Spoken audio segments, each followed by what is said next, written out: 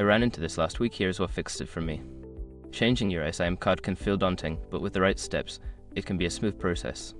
Step 1. Prepare your new SIM card. Before you start, make sure you have your new SIM card ready. Check that it is compatible with your device and that you have any necessary PIN codes or PUK codes handy. Step 2. Backup your data. It's always a good idea to back up your contacts, messages, and any important data before changing your SIM. You can use cloud services or transfer data to your computer. Step 3. Power off your device. To avoid any issues, power off your phone completely before removing the old SIM card. This helps prevent any potential data loss or corruption.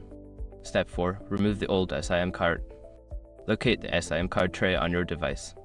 Use the SIM eject tool or a paperclip to gently open the tray and remove the old SIM card. Step 5. Insert the new SIM card.